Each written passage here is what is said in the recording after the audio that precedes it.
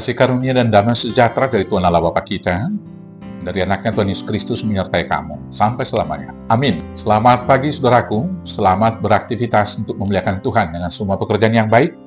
Dipandu firman-Nya dari Ulangan 8 ayat 6, demikian firman Tuhan. Oleh sebab itu haruslah engkau berpegang pada perintah Tuhan Allahmu dengan hidup menurut jalan yang ditunjukkannya dan dengan takut akan Dia. Demikianlah firman Tuhan. Bapak Ibu Saudaraku yang terkasih dalam Yesus Kristus, hidup dalam sebuah komunitas, di dalam interaksi sosial, dalam kehidupan keseharian, pasti akan ada aturan, norma, atau adat yang mengaturnya. Norma, adat, dan hukum itu mutlak diperlukan untuk menjaga keteraturan daripada hubungan antar sesama anggota komunitas tersebut. Tetapi di dalam perjalanan kehidupan kita melihat bahwa norma, hukum, dan aturan-aturan yang ada di tengah-tengah masyarakat itu selalu dinamis, selalu berubah, menyesuaikan diri dengan situasi zamannya.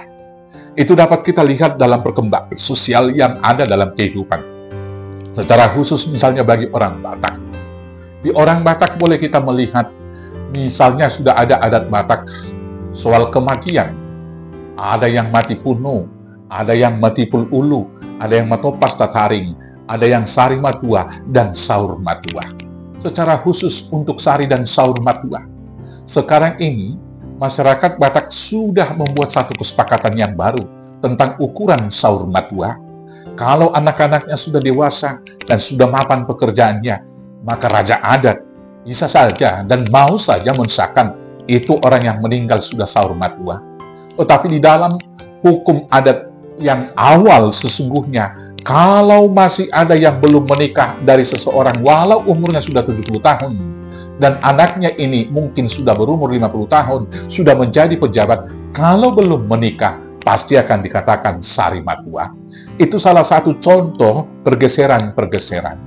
Dalam kehidupan, yaitu spiritualitas seseorang juga pada hari terakhir ini mengalami pergeseran-pergeseran.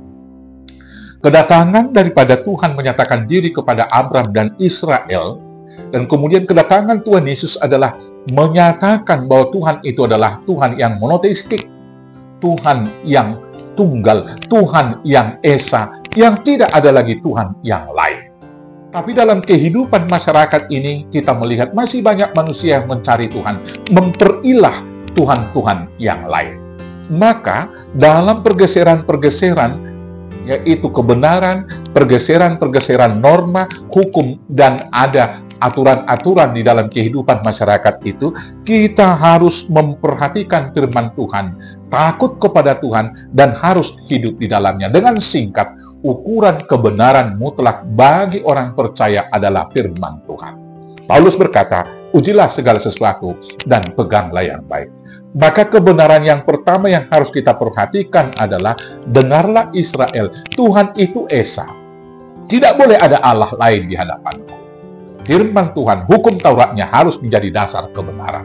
Ketika ada orang yang menyembah ilah lain, kita sebagai umat percaya harus tetap hanya menyembah Tuhan Allah kita saja. Ketika semakin banyak orang yang tidak percaya kepada Tuhan saat ini, kita harus tetap percaya bahwa dunia ini diciptakan oleh Allah yang satu, maka kita harus tetap beriman percaya kepadanya. Demikian saudaraku yang terkasih, pergeseran-pergeseran dunia pekerjaan dan dunia saat ini sepertinya sudah menghalalkan tidak perlu lagi ada satu hari peristirahatan atau sabat, yang kita katakan juga hari perhentian Tuhan, hari peristirahatannya yaitu hari Minggu. Tetapi kita sebagai umat percaya harus tetap hidup di dalam iman percaya bahwa kebenaran itu dalam kehidupan harus ada satu hari waktu untuk bersekutu untuk Tuhan. Demikian juga mengeksploitasi alam, harus ada waktu setelah 7 tahun membiarkan alam itu, artinya jangan dieksploitasi terus-menerus. Demikian juga dalam kehidupan kepribadian kita harus memberi waktu untuk bersekutu kepada Tuhan.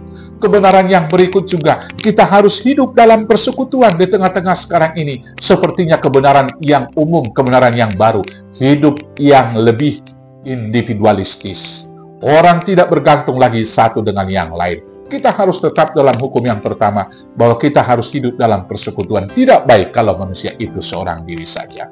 Demikian hubungannya dengan orang tua dan juga dengan sesama, harus menghormati hak ajasi. Saudaraku yang terkasih, supaya kita hidup dalam kebenaran firman Tuhan itu, perhatikanlah firman Tuhan, berikan hatimu, dan takutlah akan Tuhan, sehingga kita hidup dalam kebenarannya. Selamat hidup dalam hukum kebenaran Tuhan. Tuhan Yesus memberkati. Amin. Kita bersatu dalam doa. Terima kasih Bapa yang baik atas firman kebenaran yang Tuhan berikan, yang menjadi dasar berpikir, berbicara, dan bertindak bagi kami. Maka teguhkan hati kami, berdiri tetap di atas kebenaran firman Tuhan, hanya dengan pertolongan Yesus Kristus Tuhan Juru Selamat kami yang hidup. Amin.